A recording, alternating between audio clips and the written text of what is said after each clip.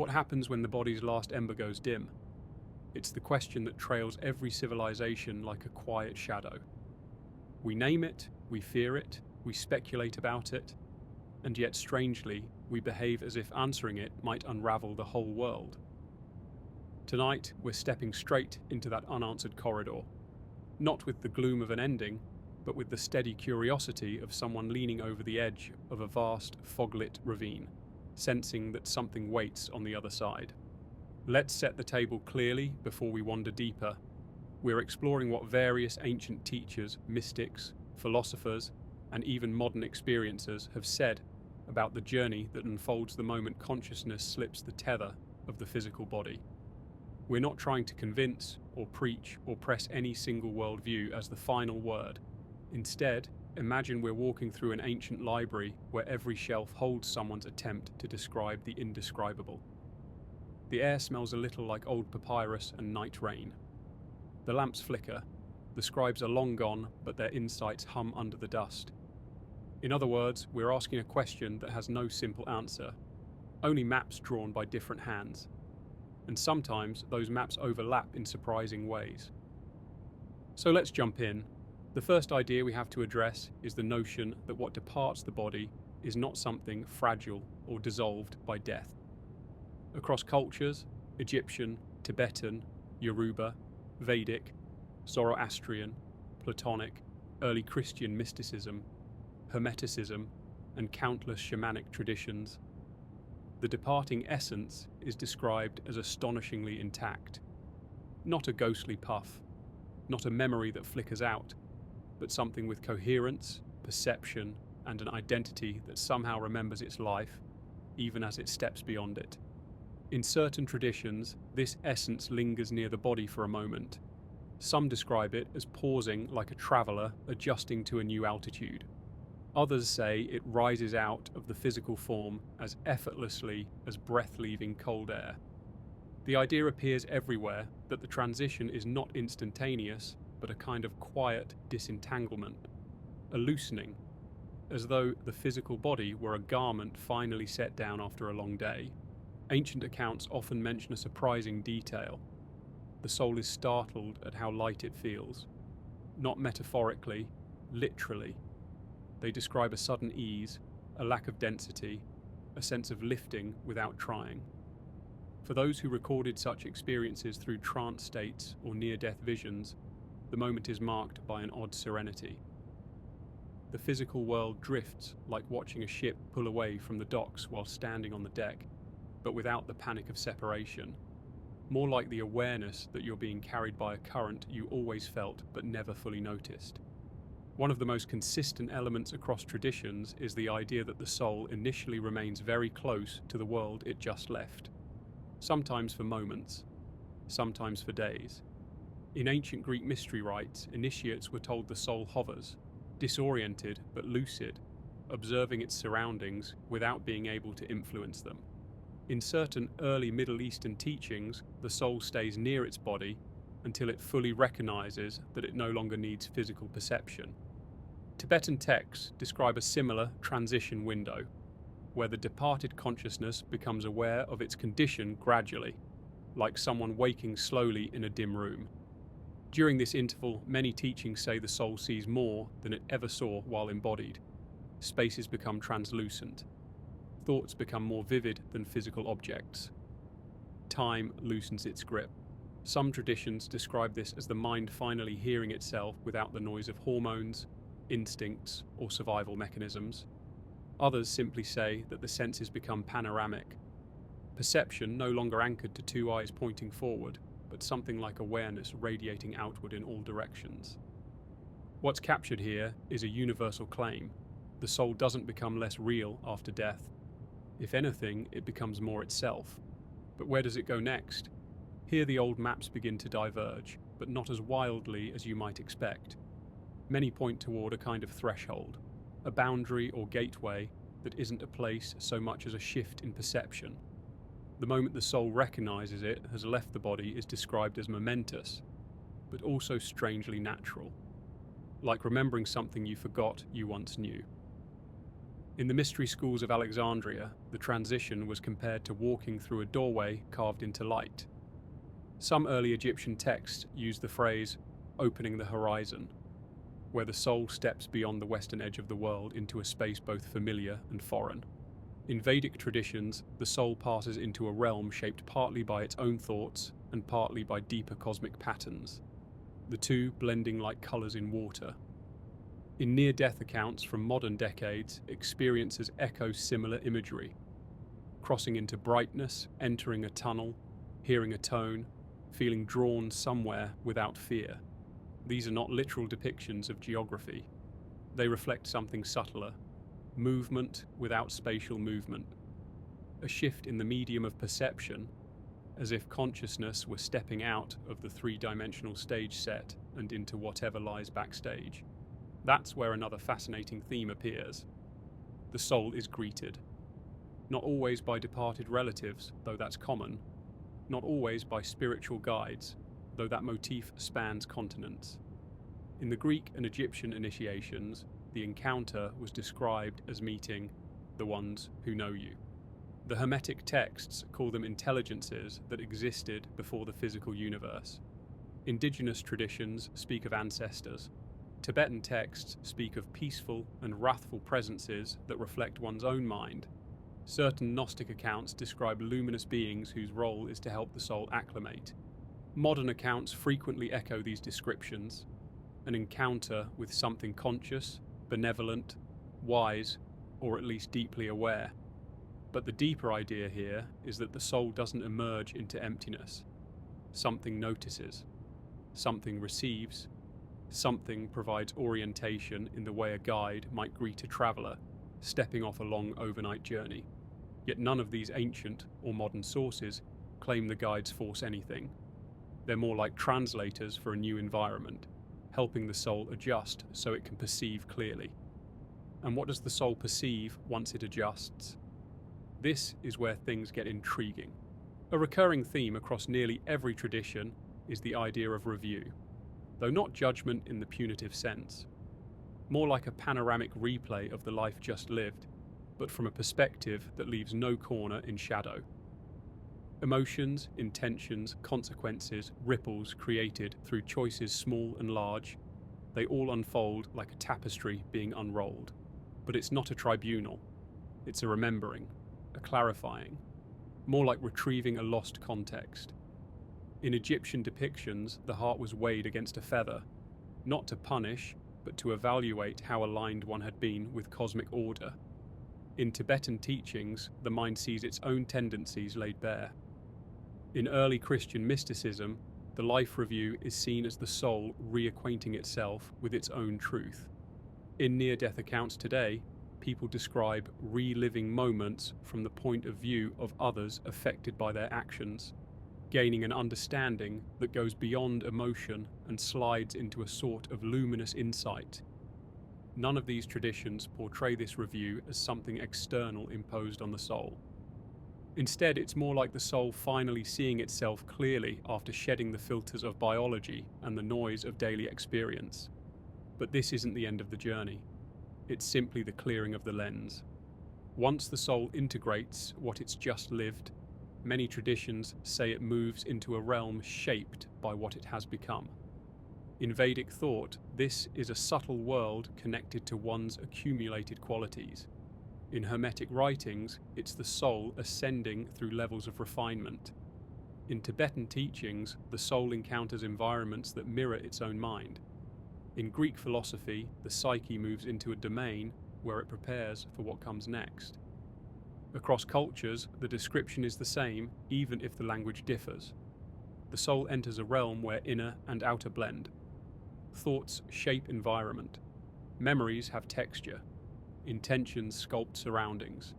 Time behaves differently, expanding, contracting, pausing, or dissolving altogether. This realm, whatever name it's given, is not considered the final destination. It's more like a rest stop, an integration chamber, or a garden grown from one's own inner landscape. Some call it the astral plane. Others call it a subtle world. Some simply call it the between. And in this space, the soul begins to understand something critical, that its identity didn't begin at birth and isn't defined by a single lifetime. Instead, identity feels layered, as though the personality used in the recent life was one chapter in a larger biography the soul has been writing across epochs. For many traditions, this is where the soul rediscovers its continuity. Those aspects of itself that existed long before the last heartbeat flickered out. The idea repeats over and over, the soul returns to itself. But if this realm is an in-between, where does the path ultimately lead? Here the ancient maps gesture towards something profound. They describe a movement toward a deeper reality, one that the physical universe only faintly echoes. Egyptian initiates called it the field of reeds, a domain of harmony beyond the illusions of earthly existence. Greek philosophers spoke of the soul approaching the realm of pure forms. Vedic seers described it as returning to the source of consciousness. Sufi mystics called it reunion with the beloved. Kabbalistic sages wrote of ascending into higher worlds until merging with the primordial light. Different words, shared meaning. The soul gravitates toward a place or a state that feels like home. But here's the twist many traditions insist on. This return is not something the soul is forced into. It's drawn toward it naturally, the way a seed seeks the sun. And it doesn't happen instantly. The soul doesn't leap into the ultimate reality the moment the body is left behind. Instead, the process is patient, layered, and shaped by what the soul is ready to perceive. This leads to a curious pattern found in ancient mystery schools, especially those of Pythagoras, Egypt, and early India. The soul is said to choose how far it goes at first. Some move deeply inward, toward higher realms. Others linger near the worlds of form. Some return quickly to incarnate. Others take what could be called long cosmic sabbaticals. Not out of punishment or reward, but preference and resonance. And at the heart of all these teachings is a single idea that refuses to die, no matter the culture or era. Consciousness doesn't reach an ending at death. It changes medium. It steps into a larger frame. It remembers. It continues. It explores. The great transition is not a fall into nothingness, but an expansion.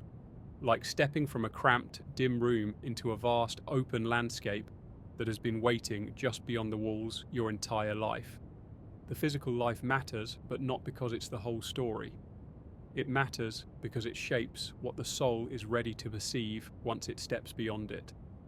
And this is where our journey truly begins, because now that the stage is set, now that we've looked at what countless traditions say happens in those first moments, we can move into the deeper regions of this ancient question. Not just the immediate transition, but the vast terrain that opens beyond it. What happens after the initial crossing is less like entering a place, and more like slipping into a wider bandwidth of existence. The moment the soul stabilizes, after the disorientation, after the gentle guidance, after the panoramic review, something remarkable begins. It realizes that it is no longer confined to perceiving reality through a single narrow lens. The old boundaries fall away, and what remains is a kind of hyperclarity, the sort that ancient mystics tried to describe, using metaphors that sound extravagant until you imagine seeing without eyes, hearing without ears, and remembering yourself across multiple lifetimes at once. Many traditions describe this phase as the unveiling of identity. Not personality, identity. The distinction matters. Personality is the mask.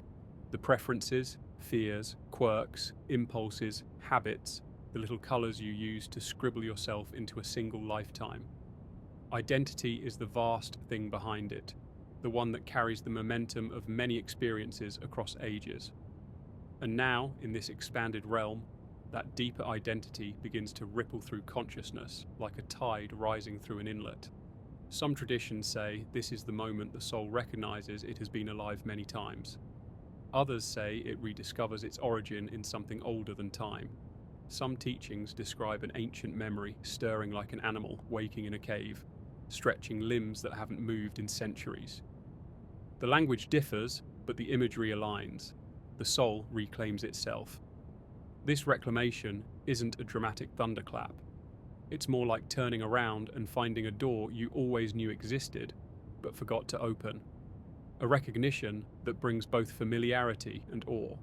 For a moment, it can feel overwhelming, like remembering a second childhood, a third, a 20th, all blending into a single feeling of continuity. But it's also grounding. There's no panic, because the soul experiences these realizations without the tight grip of a nervous system. Insight arrives without the tremble of adrenaline. Memory returns without the sting of emotion attaching to it in the way we're used to. Everything is clear, but not harsh. Vivid, but not chaotic. The mind feels airy and spacious, like a high plateau with no horizon. And then something else begins. The soul finds itself in an environment. Here the ancient maps get particularly interesting. They describe a realm that feels both familiar and impossible. A place that is not made of matter, but still has texture. Not physical geometry, but pattern. Not landscapes, but forms of meaning. Everything in this space is responsive to thought. Some teachings claim this realm is woven from intention. Others claim it is a kind of dream shared by countless souls. Some near-death experiencers describe it as a world that appears more real than Earth. Color that seems to contain intelligence. Sound that behaves like sculpture. Movement that carries layers of meaning.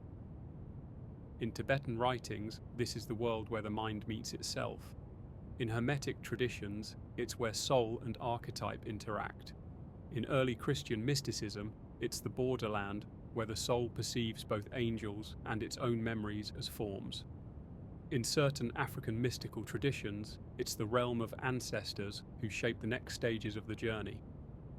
In modern accounts, people describe landscapes that seem alive, glowing, responsive, and somehow aware. The ancient Egyptians called this domain the Amenti, the hidden region. The Greeks called it the Psyche's meadow. Some Vedic texts simply call it the subtle world. Despite the cultural differences, the descriptions converge around a strange idea. Your thoughts become your surroundings. Not in a literal cartoon way, but in the sense that inner qualities shape what appears around you. If you carry serenity, you find yourself in luminous environments. If you carry unresolved turmoil, the world might reflect that until clarity arises. This isn't punishment or reward, it's resonance. A natural matching of inner state and outer experience, the same way water fills the shape of its container. This realm isn't permanent, it's transitional. But it is spacious, broad enough that a soul can remain here long enough to unravel knots, explore memories, meet other consciousnesses, or simply rest. Some traditions describe it as a sanctuary, others as a learning ground, others as a place where the soul meets companions, beings it has known before, even if not in the most recent life. One of the most intriguing insights found in both ancient and modern sources is that the soul doesn't travel alone, at least not entirely. There are presences, some familiar, some new, that gravitate toward it. These presences are not sentimental stereotypes. They are described as intelligent, expansive, and profoundly aware. In Sufi writings, they're seen as luminous guides who help the soul interpret what it now perceives. In Tibetan lore, they are reflections of the soul's deeper mind, appearing as peaceful or fierce depending on what needs to be integrated. In certain Western mystical traditions, they are described as elder beings whose role is to help younger souls orient themselves. Modern experiences echo similar encounters, a sense of being with someone who understands you completely, without judgment, without agenda, simply helping you move through a new terrain. But here's where the journey grows even more layered. The soul at this stage often begins to understand its previous life with a perspective that would have been impossible while embodied. It sees not only its actions, but the motives behind them, the motives behind those motives, the ripple effects of its choices, the ideas it lived by, the illusions it clung to, the truths it glimpsed, and most importantly, the parts of itself that grew during its lifetime. This is not a judgment process, it's an integration process. The review stage revealed the details. This stage reveals meaning. Ancient texts treat this phase as essential, not because the soul must be evaluated, but because without integration, the life just lived remains incomplete. A life gains coherence only when the soul absorbs it fully. Understanding what was learned, what was transformed, and what still carries tension. In Greek rites, this was described as the soul recovering its wings. In Egyptian writings, it was aligning with Ma'at, the principle of truth. In Vedic philosophy, it was the purification of subtle impressions. In modern accounts, people sometimes describe a sensation of becoming whole again, as if shedding a costume and returning to their original shape. And then something extraordinary occurs. The soul begins to perceive others more clearly. We often imagine the afterlife as solitary, but nearly every tradition says the opposite. There is community, not in the way we experience society on Earth, but in a more fluid, interconnected form. Souls recognize other souls not by faces or bodies, but by essence.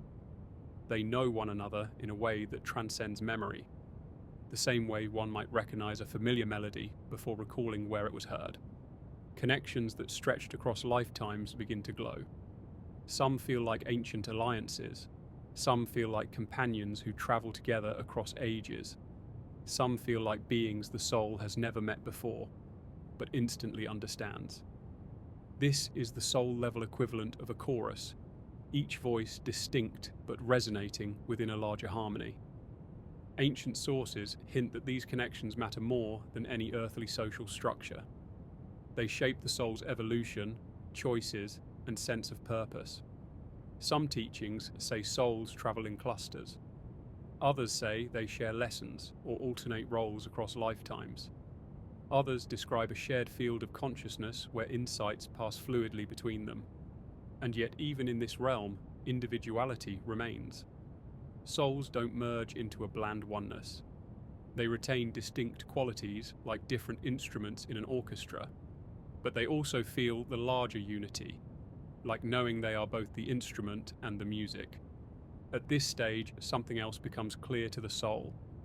There is no pressure, no deadlines, no cosmic clock demanding that it move forward. This realm is patient. The soul can linger, explore, learn, reflect, or simply rest. The experience of time is elastic. There is no rush.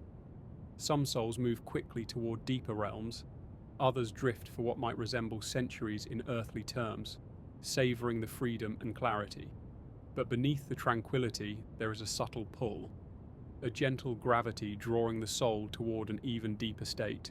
Not a place, but a level.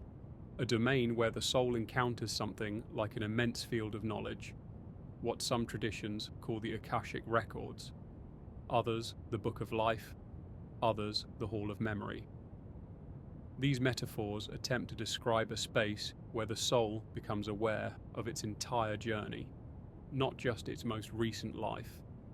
This awareness doesn't come as a flood, but as a recognition, a soft unfurling. Pieces fit together, patterns emerge.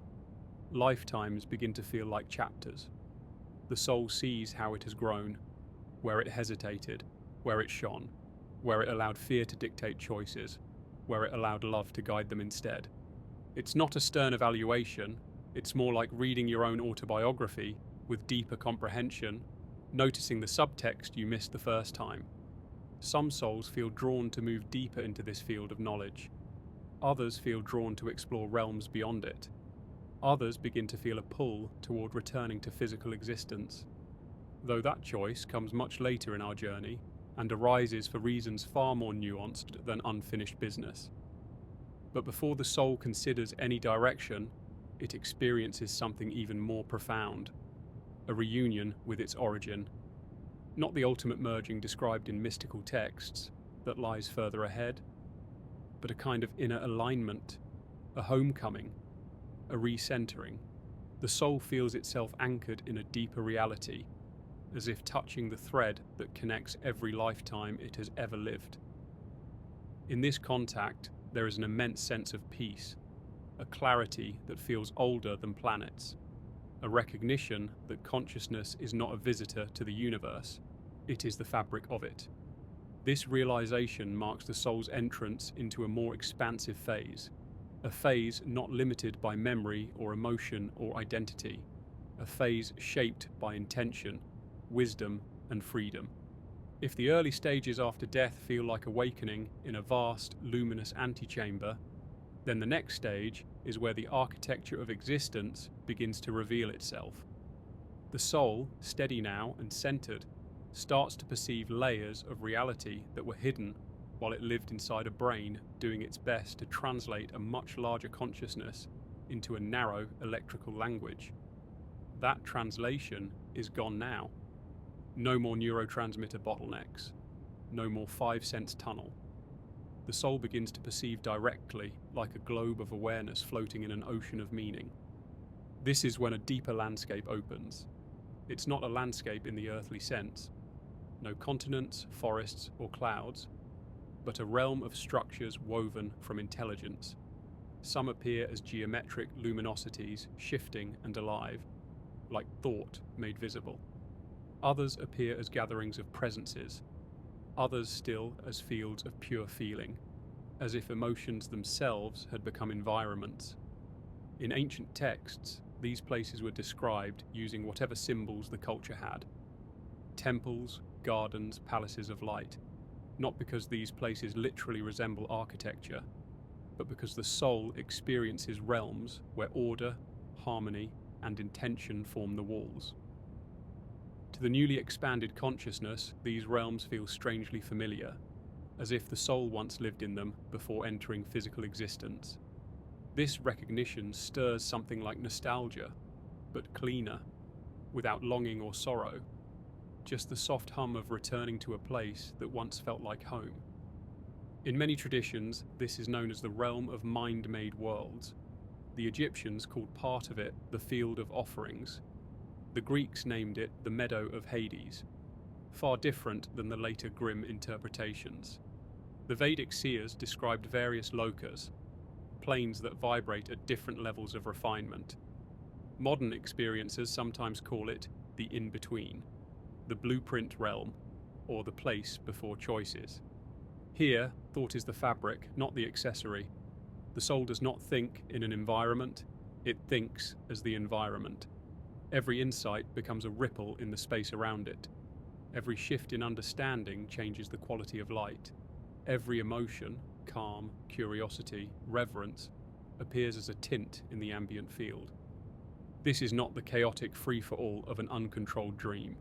The soul is clear, stable, and more itself than it ever was on Earth. Because of that clarity, this realm responds with harmony rather than distortion. And this is where the soul begins to meet what some ancient writings call the Great Companions. These companions are not assigned guardians in the dramatic sense. They're beings who resonate at frequencies the soul can comprehend. Some have traveled with the soul across lifetimes. Some are more advanced intelligences who serve as interpreters for deeper realms. Some are simply consciousnesses drawn to help, the way experienced travelers might greet newcomers at a mountain pass. Their communication is direct, not through speech, but through a kind of shared knowing. A single touch of awareness from them can convey entire frameworks of meaning. When they appear, they feel familiar, even if the soul has never consciously met them before. They possess a kind of gravity, not heavy, but anchoring. The soul feels steadier in their presence, as if its own clarity is being amplified. These beings often help the soul understand the layers of reality now opening before it. They may show, not with pictures, but with understanding, how consciousness moves through these realms. They may illuminate the structure of the soul's own growth. They may help the soul interpret its memories, not only from the most recent life, but from many. This is the stage where the soul begins to encounter what could loosely be called its record, the totality of experiences, impressions, choices, and transformations spanning its existence. Many mystical traditions hint at this. The Akashic field in Vedic philosophy, the Book of Life in Western esoteric writings, the tablets of destiny in Mesopotamian lore. The idea appears everywhere, not because everyone conspired to invent the same metaphor, but because individuals throughout history brushed against this reality and tried to describe it using the language they had. The soul doesn't read its record like a book. It experiences it the way a musician might hear the entire history of a song inside a single, sustained note. The knowledge rises inside it, not as information, but as lived memory. Many souls have described this revelation as something like, "I remembered the pattern of myself," or "I saw why I have lived the lives I have lived." There is no guilt here, no punishment, no cosmic courtroom, only clarity. This is the stage where illusions fall. Not only illusions from the last life, but illusions the soul may have carried for centuries. Ideas it outgrew, fears that once shaped entire incarnations, attachments that were important at the time but no longer hold meaning, wisdom that blossomed during certain lifetimes and faded in others. It all becomes visible as part of one immense, unfolding tapestry. Some traditions describe this moment as the soul seeing its thread in the weave, and that weave is vast, thousands, millions, perhaps endless numbers of souls, all interwoven into a single evolving pattern. Once this awareness opens, another realization follows.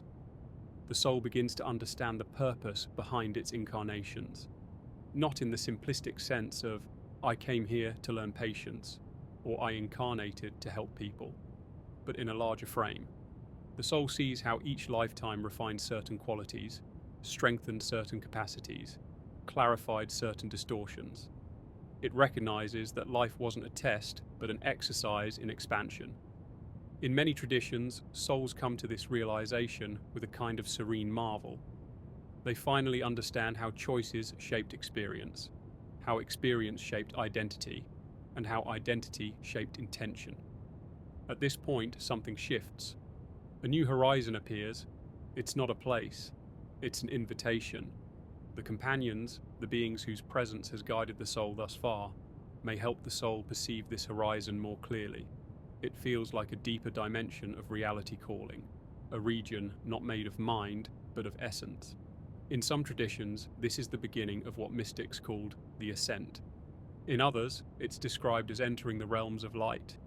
In some modern accounts, it's experienced as moving toward a depth so profound that language cannot follow. Before continuing, the soul undergoes a kind of inner distillation, a purification, but not in the moralistic sense. It's more like a refinement of vibration. Old patterns fall away, the remnants of the earthly personality soften, the noise of the last incarnation quiets. What remains is a more distilled version of the soul, like metal drawn from ore. Not a loss of identity, more like identity becoming clarified. This is where the soul encounters an even more remarkable phenomenon, a community of souls moving together. These gatherings aren't groups in the physical sense. They're clusters of consciousnesses who have worked together across many lifetimes. In some traditions, these are called soul families. In others, soul cohorts or bands. Regardless of the terminology, the experience is profound. The soul recognizes others not by appearance, but by resonance, the distinct tone each consciousness carries. Imagine recognizing a friend not because you see their face, but because you sense the ancient cadence of their being.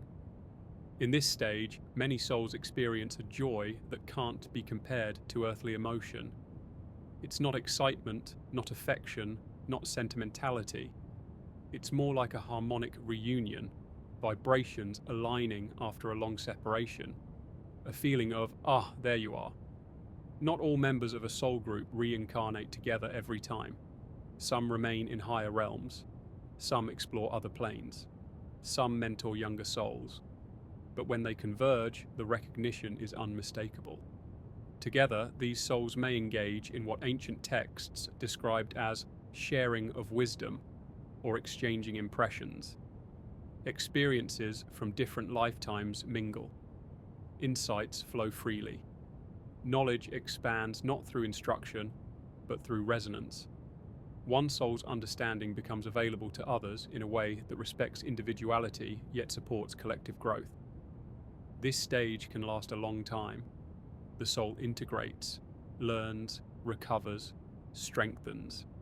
It's like wintering in a luminous valley before setting out for another long journey. But eventually, the soul begins to feel another pull, a deeper one, quieter but more powerful. A call toward realms where individuality becomes thinner, where consciousness begins to witness the architecture of existence more directly. This is where the ancient maps grow abstract. Many traditions attempt to describe these realms with poetry, myth, or symbolic geometry. Sufi mystics spoke of 7 valleys. Kabbalists described ascending through Sephirot. Vedic seers outlined levels of subtle and causal worlds. Plato alluded to the realm of forms. Modern experiencers sometimes describe a region of pure, intelligent presence. The soul approaches these realms gradually. The companions may walk with it up to a certain threshold, then withdraw gently, leaving the soul to step into a place where perception transforms again. Crossing this threshold is not dramatic. It's not a gatekeeper moment or a blaze of trumpets. It's more like stepping through a membrane, a shift in density, a widening of consciousness so natural that the soul barely notices the moment it happened. And suddenly the soul perceives an even more refined reality, one where individuality still exists, but in a very different way.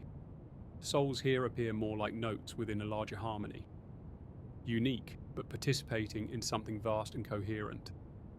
This is sometimes described as the realm of purpose, a domain where souls understand not just their personal evolution, but their role in the evolution of consciousness as a whole. Here, souls contribute to the shaping of worlds, not physical worlds, but the deeper frameworks that physical universes rest upon. They help guide younger souls. They assist in the formation of archetypes. They participate in the great cycles of creation and dissolution. But even this is not the end. Far beyond these realms lies something older than identity, older than cycles of incarnation, older than the soul itself. A region so profound that ancient teachers rarely described it directly. They hinted, they gestured, they used metaphors of oceans, flames, the infinite, the source, the one, the ineffable.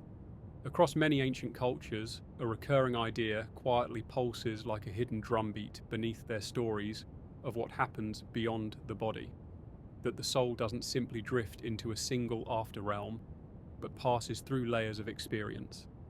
Some traditions describe these layers as worlds, others as densities, and some as states of consciousness that reveal themselves only when the physical senses dim.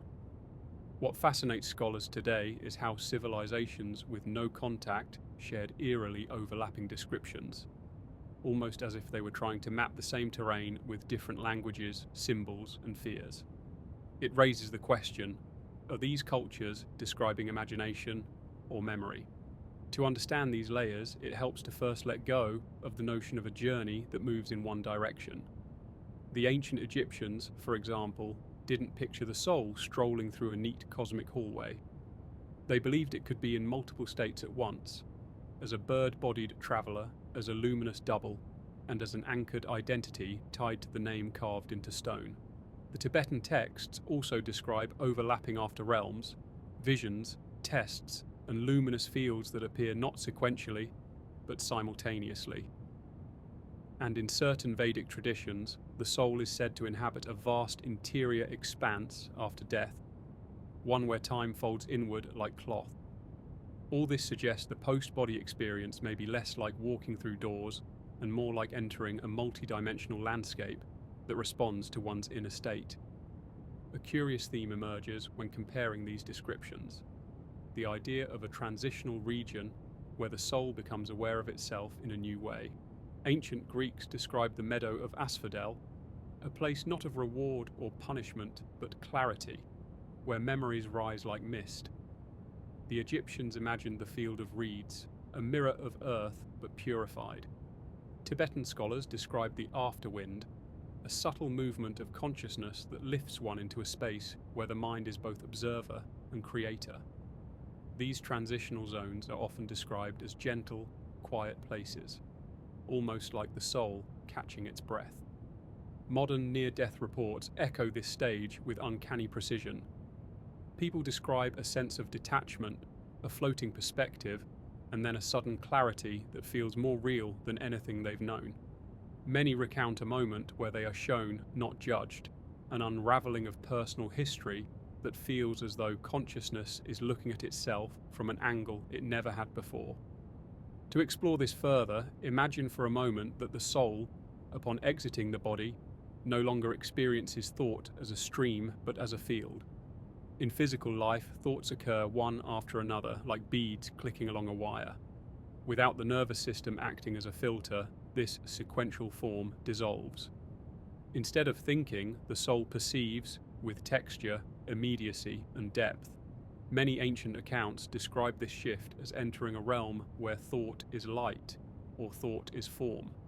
Some cultures even warn that lingering fears or unresolved emotions can shape the first surroundings the soul perceives, not as a punishment, but as the natural consequence of consciousness operating without physical boundaries.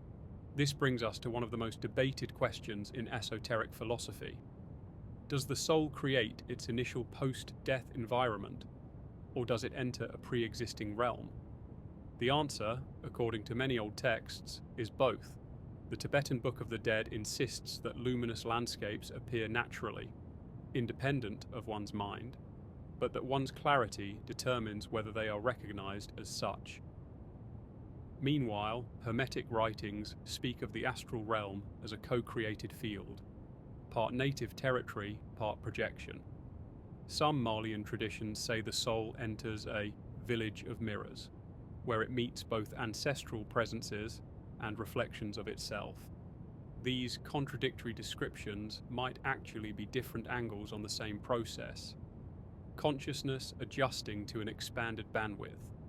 One scholarly theory proposes that early cultures were trying to articulate neural off-ramping, the gradual cooling of sensory systems combined with the sudden liberation of internal imagery. But the sheer consistency across civilizations suggests something deeper than dying neurons firing random sparks. Many accounts place striking emphasis on encountering intelligence, guides, ancestors, luminous beings, or even one's own higher aspect. These encounters feel structured, purposeful, and interactive, as though the soul is not wandering but being oriented. It's here we meet another recurring theme, the idea that after death, the soul regains memory. Not memory in the sense of remembering childhood birthdays or forgotten phone numbers, but memory of its own depth, sometimes described as memory of what it actually is. The Egyptians believed the Bar soul regains its knowledge of the horizon, meaning it recovers awareness of an existence that stretches far beyond human life. In certain Hindu philosophies, this remembrance is called smriti, an awakening to the continuity of the soul's long journey. Meanwhile, early Christian mystics spoke of anamnesis, a remembering that lifts the soul out of the narrow identity of the individual. When people in modern times recount near-death experiences, many describe an overwhelming moment of recognition, like remembering a favorite place that had been forgotten for decades. "Ah, I know this," they say. "I've been here." These statements often come from individuals who had no spiritual background at all. They speak not in metaphors, but in earnest familiarity. So what exactly are they remembering? One possibility is that the soul becomes aware of its non-physical origin, but another possibility, found in mystical Judaism, Sufism, and certain strands of Neoplatonism, is that the soul is remembering that consciousness itself precedes form, that life wasn't something it entered randomly, but something it participated in shaping. If true, it means that the moment of death isn't a departure, but a reunion. This idea becomes even more intriguing when considering the concept of the life review. When many ancient cultures describe the soul reviewing its actions, it is often framed not as a judgment by an external being, but as a self-generated illumination. The Egyptians described the heart being weighed against the feather of Ma'at, not to punish, but to reveal. Tibetan texts describe visions reflecting the mind's qualities, like mirrors revealing distortions. Medieval mystics believed that upon death, the soul experiences the full emotional resonance of its actions from the perspectives of all who were affected, both the tenderness and the harm. These descriptions imply that the life review isn't about tallying points, but about understanding consciousness in its totality. In this layered model of the afterworld, the soul continues moving, but not as a traveler wandering through physical corridors. Instead, movement is more like shifting gravity, being pulled toward states that match one's inner nature. Early Gnostic writings call this the magnetism of the soul. Kabbalistic texts describe souls naturally rising through levels of light. Sufi poets simply say that the soul goes where it is most at home. These metaphors all point to the same idea. The soul gravitates toward resonance. Some esoteric traditions claim that after the transitional period and the deepened awareness, the soul enters a realm of expansion, where individuality loosens but does not vanish. In Hindu cosmology, this is akin to entering the subtle realms where the subtle body continues learning. In Greek philosophy, this stage is akin to the ether, where the soul becomes more luminous and capable of perceiving other souls directly. Certain African cosmologies describe it as the realm where the ancestors dwell, not as ghosts, but as fully aware presences participating in the living world in ways the living cannot perceive. What's striking across these accounts is that the soul is not depicted as dissolving immediately into an ocean of consciousness. Instead, there is a period where individuality remains intact, often for a long time. The soul still processes, learns, explores, and interacts. It retains a sense of I, but it is an expanded I, liberated from the tight frame of physical identity. The soul may even understand why it chose its physical life, with all its challenges and joys. This recognition is repeatedly described as relieving, illuminating, and sometimes overwhelming. As the soul adjusts to this expanded awareness, many traditions describe the presence of companions, not always ancestors or guides, but beings described as luminous, intelligent, and devoted to assisting consciousness in its unfolding. The Egyptians called them the Shining Ones. The Tibetans describe peaceful and wrathful deities, not as literal deities, but as archetypal forces that guide the mind. Greek texts mention daimones, spirit intelligences guiding the soul through the afterrealms. Indigenous cultures across the world speak of ancestors who greet the newly departed, helping them understand how to navigate the non-physical. One interpretation is that these beings are symbolic representations of the psyche. Another is that they are independent intelligences who inhabit these realms. Both interpretations have compelling arguments, but the consistent presence of helpers suggests that the post-physical journey is not solitary. After the encounter with memory, companions, and expanded awareness, many traditions describe a stage where the soul begins integrating the experiences of its life. This is not the life review itself, but a deeper weaving, understanding why certain events unfolded, why particular relationships formed, and how certain patterns repeated. The soul sees the architecture behind what once felt random or unfair. In this integration stage, individuality becomes more translucent, allowing the soul to perceive not just what happened, but how consciousness grows through experience. Some traditions claim that souls linger here for what feels like years. Others say there is no time at all, only a deepening. But regardless of timing, this stage is portrayed as profoundly peaceful. The soul is no longer reacting, it is understanding. Once this integration is complete, various cultures describe the soul entering a realm of pure potential, sometimes depicted as a luminous landscape, sometimes as a field of awareness, sometimes as a cosmic ocean. Here, the soul begins to release the final traces of physical identity. A few traditions claim that souls may choose to remain in this realm indefinitely, while others say the soul naturally drifts toward its next expression of life. What makes this stage fascinating is that ancient texts often describe the soul as existing within a community of consciousness, a network, a chorus, a field of intelligences simultaneously distinct and unified. It is in this realm that many traditions believe the soul decides its next step, whether to reincarnate, remain in the higher realms, or merge with a greater unity. The idea of merging can sound intimidating, as though individuality disappears like a drop in the sea. But the mystics who wrote about it didn't describe annihilation, they described fulfillment. Imagine being a single note that finally hears the entire symphony it belongs to. You are still yourself, but the context expands beyond anything previously imaginable. In this symphonic state, the soul perceives not just its personal trajectory, but the vast motion of consciousness itself, how existence unfolds through infinite forms, how lives intertwine across eras, and how growth and expression ripple like currents through a boundless field.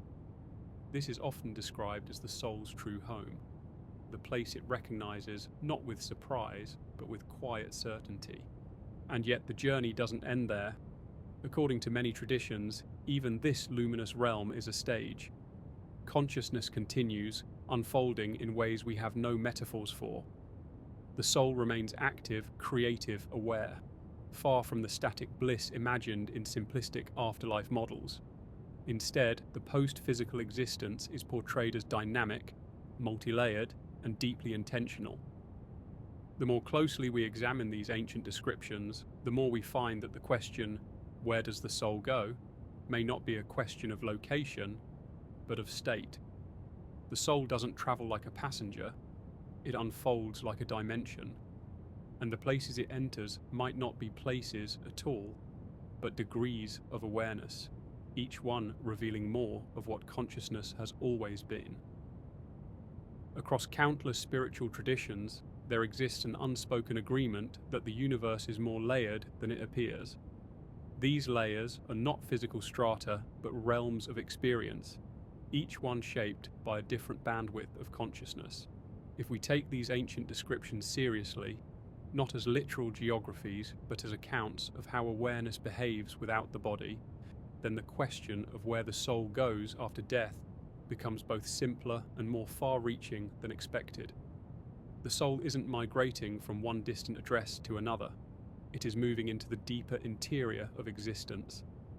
This interiority is described in different languages: the astral, the subtle, the mental, the causal, the luminous. Some traditions claim there are innumerable layers, like pages in an invisible book. Others see them as qualities of perception rather than places. What unifies them is the idea that consciousness continues unfolding, not arbitrarily, but guided by its own vibrational signature, the patterns, tendencies, and insights accumulated across its experiences.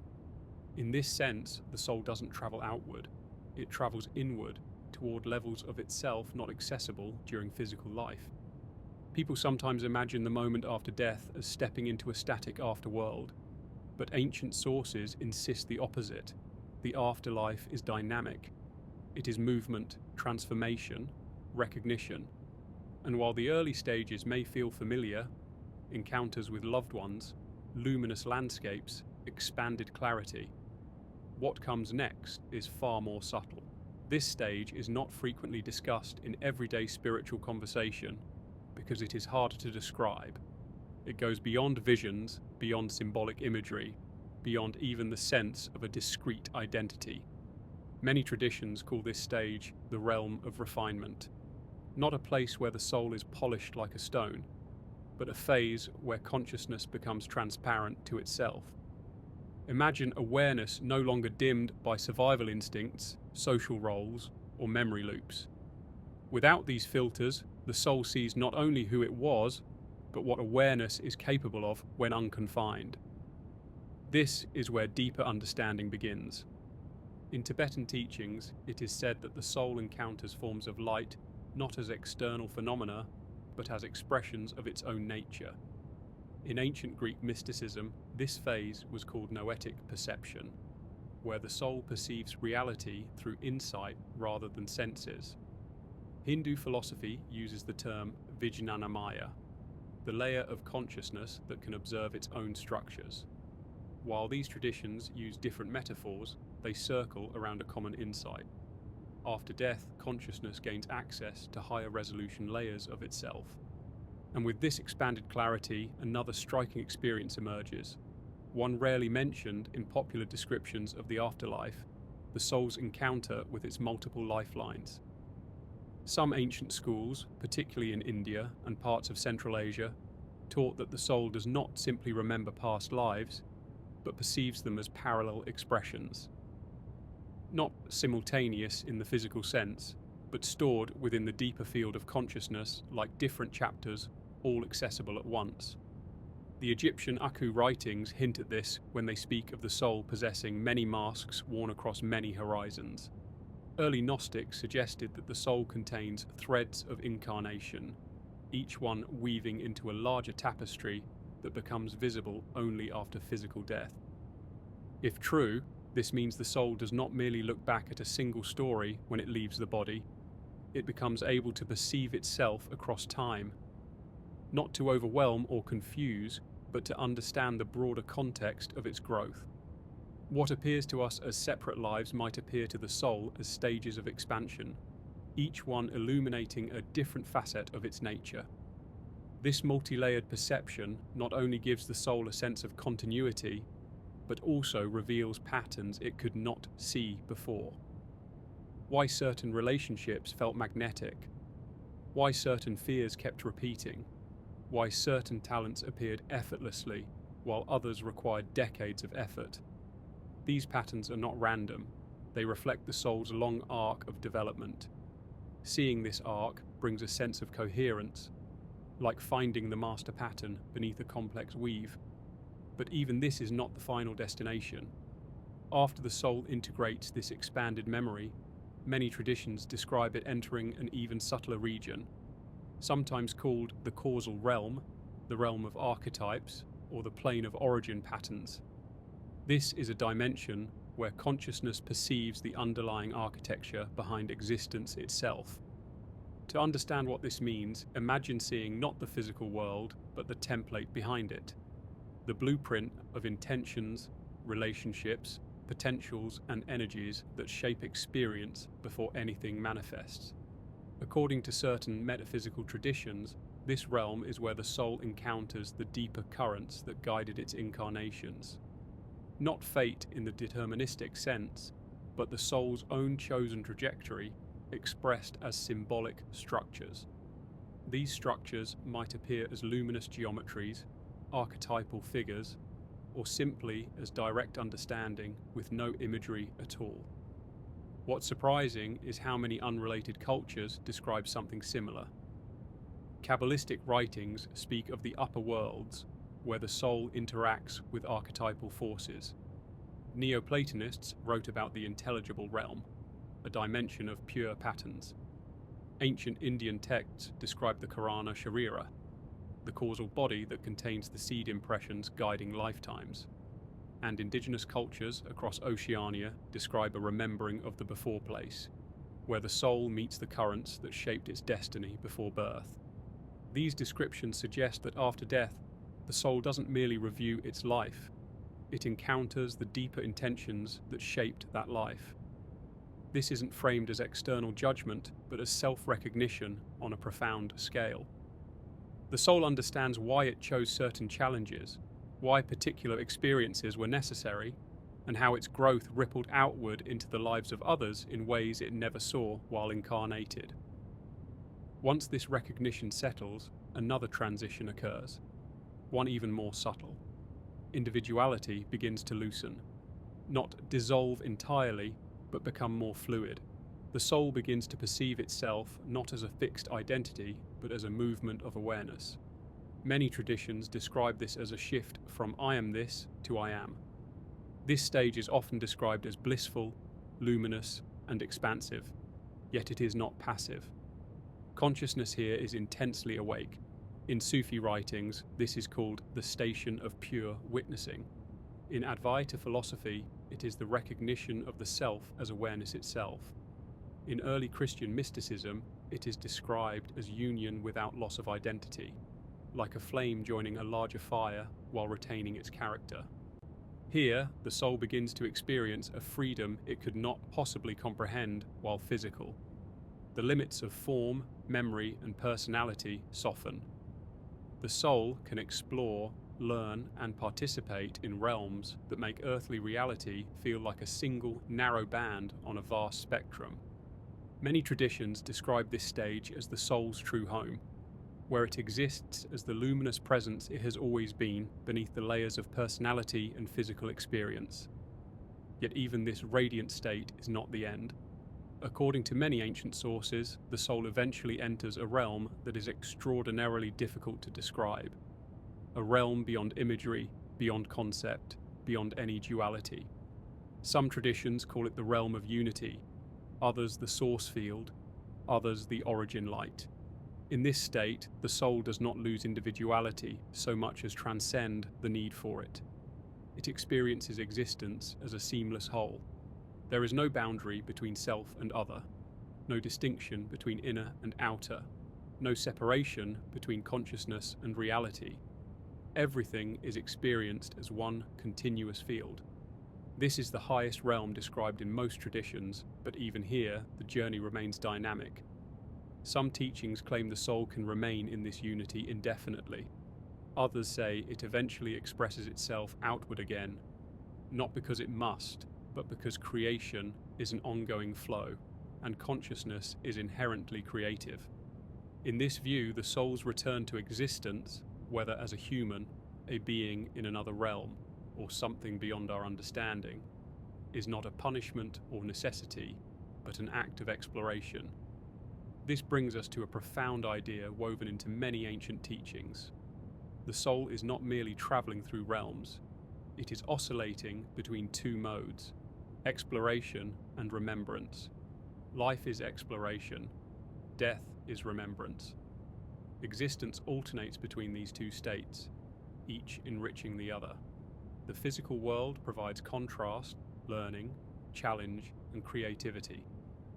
The non-physical realms provide perspective, understanding, and integration. Together, they form a rhythmic cycle, not unlike inhaling and exhaling. If we follow this view, then the soul's path after death is not a straight line, but a spiral, each cycle bringing deeper self-awareness. The soul descends into form to experience limitation, then returns to the non-physical to understand what it experienced. Over many cycles, it becomes increasingly aware of its own vastness. But here is an even more subtle layer. Some traditions claim that the soul carries a spark of the source consciousness that never leaves the highest realm. In this model, only a portion of the soul incarnates, while the larger aspect remains in unity.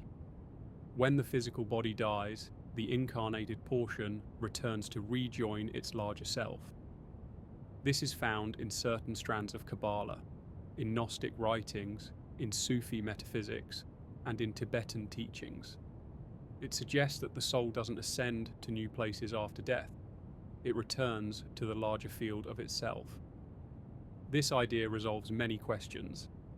It explains why people having near-death experiences describe overwhelming familiarity, because they are returning to a state they never fully left. It explains why the soul seems to learn rapidly after death, because it is rejoining the larger intelligence that already holds the wisdom of many lifetimes.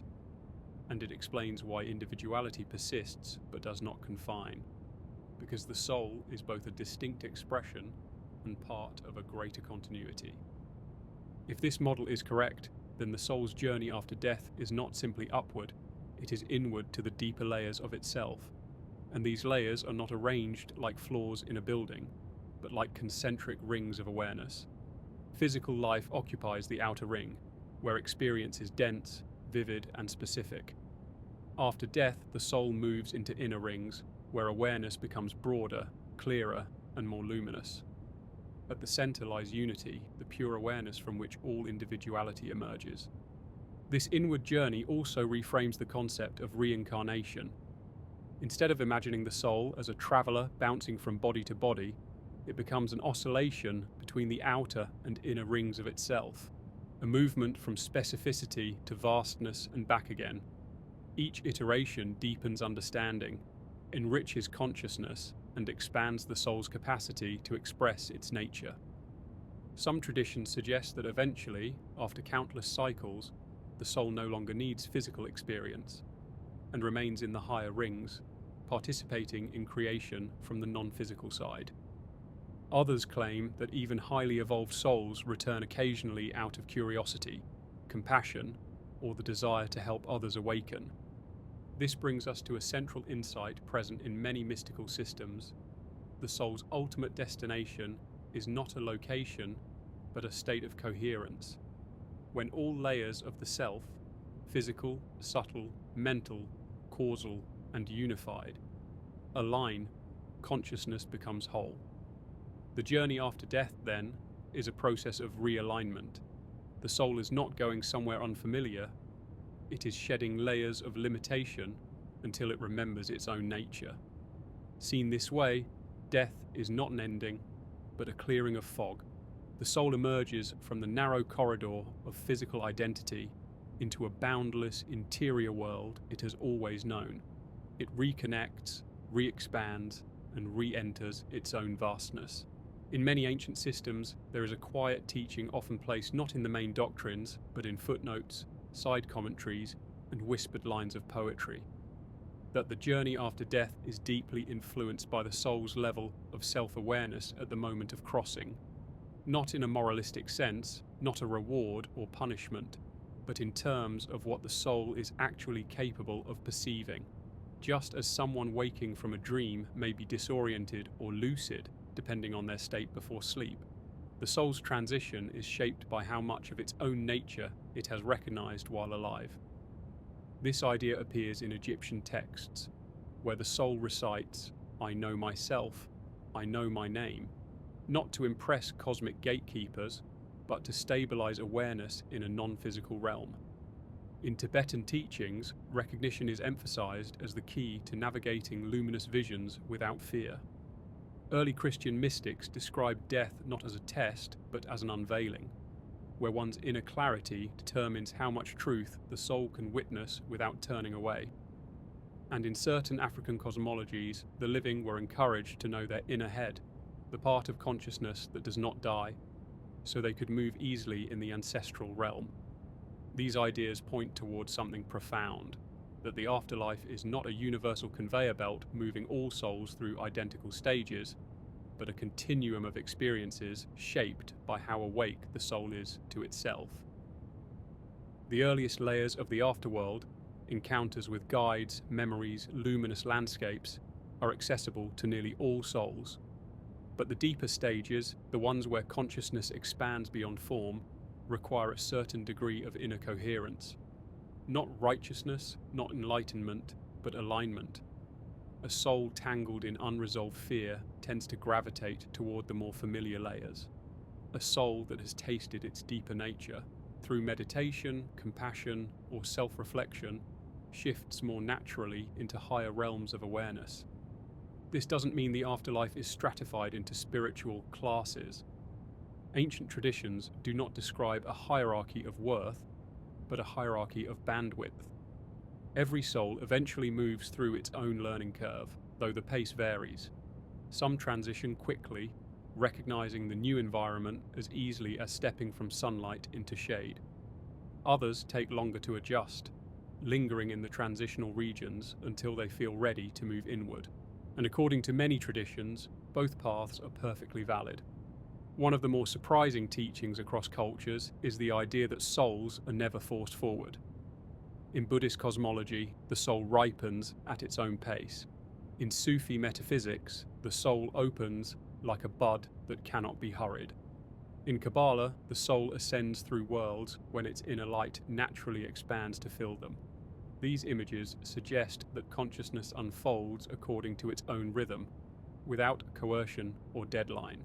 This patient unfolding leads to one of the more rarely discussed aspects of the afterlife, the soul's participation in realms that cannot be perceived by ordinary sensory or imaginative capacities.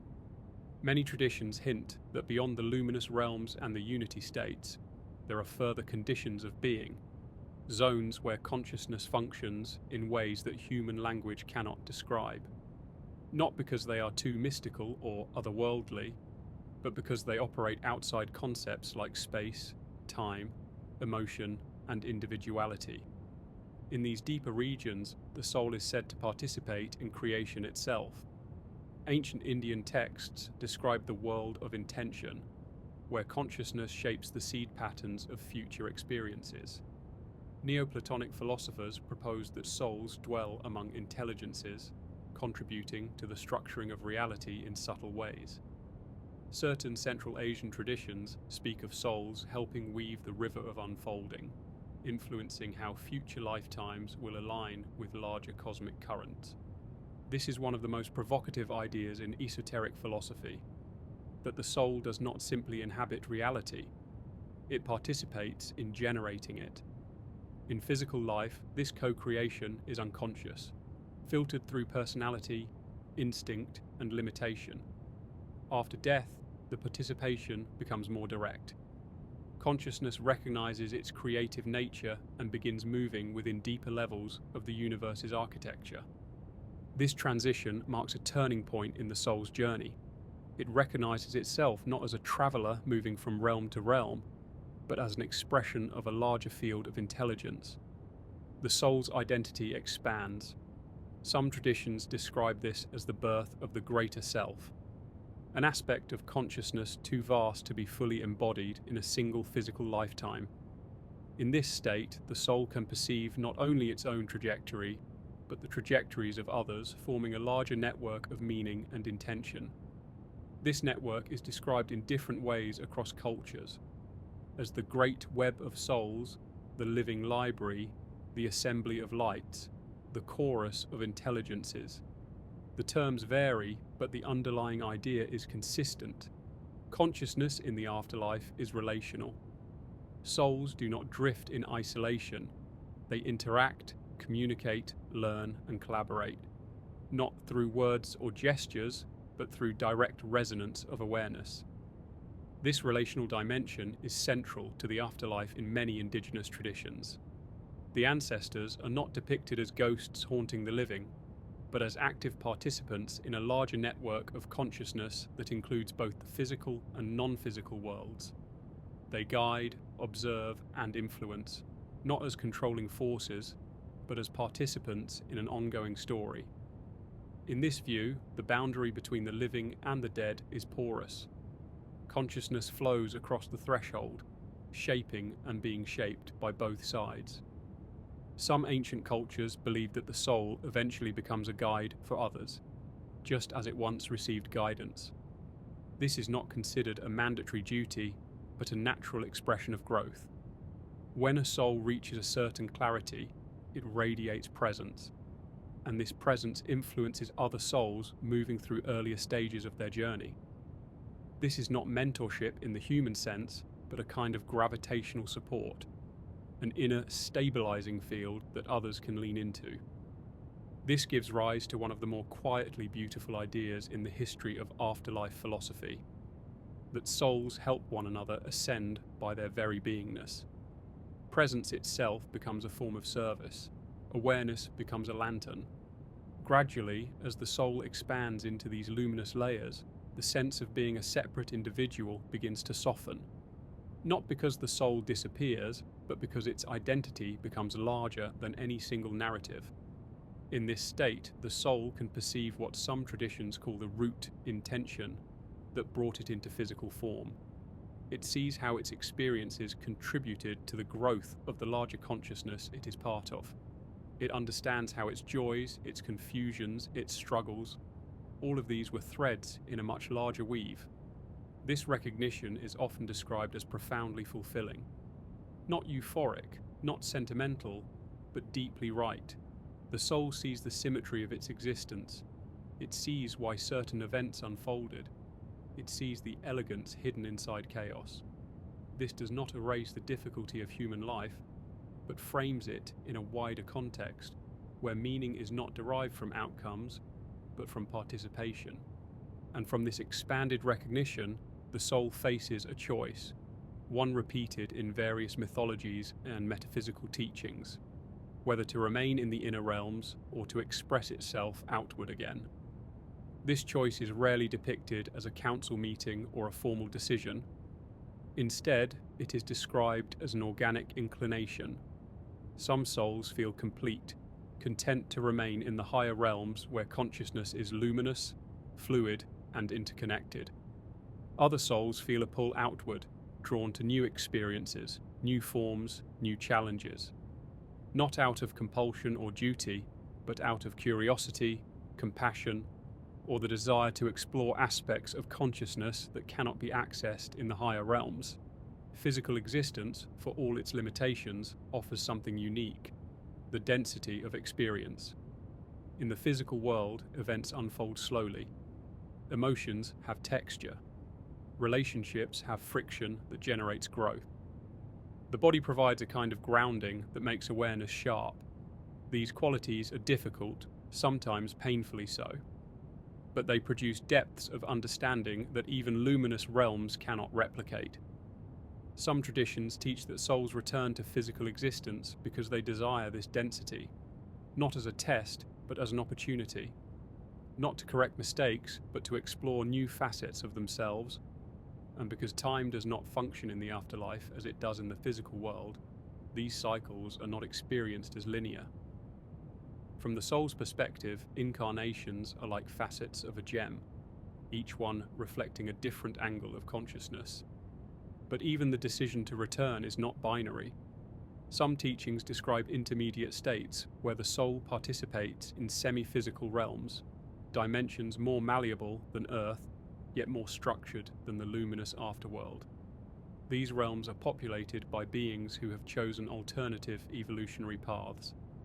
While these descriptions vary widely and often veer into symbolic imagery, the core idea is that consciousness has many avenues for expression, not just physical embodiment. As the soul contemplates its next movement, it does so from a state of expanded clarity. It is not choosing blindly, nor is it compelled by external forces.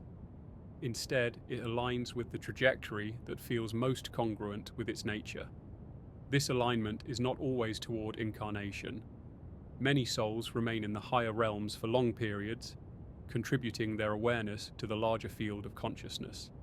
And here, in the quiet center of these teachings, we encounter the most radical idea of all: that the soul has no final resting place. It does not graduate to a permanent heaven, nor does it extinguish itself in an eternal unity. Instead, consciousness is ever evolving, ever unfolding, ever participating in the expansion of reality. The afterlife is not an endpoint, but a dimension of existence, one woven seamlessly into the physical world. Life and death form a single movement, like crest and trough in a vast ocean. In this view, the soul's destination is not a destination at all. It is a cycle of expansion, expression, remembrance, and return. It is an ongoing unfolding of awareness through layers of existence, both visible and invisible. The question of where the soul goes after death may be one of the oldest questions humanity has ever asked.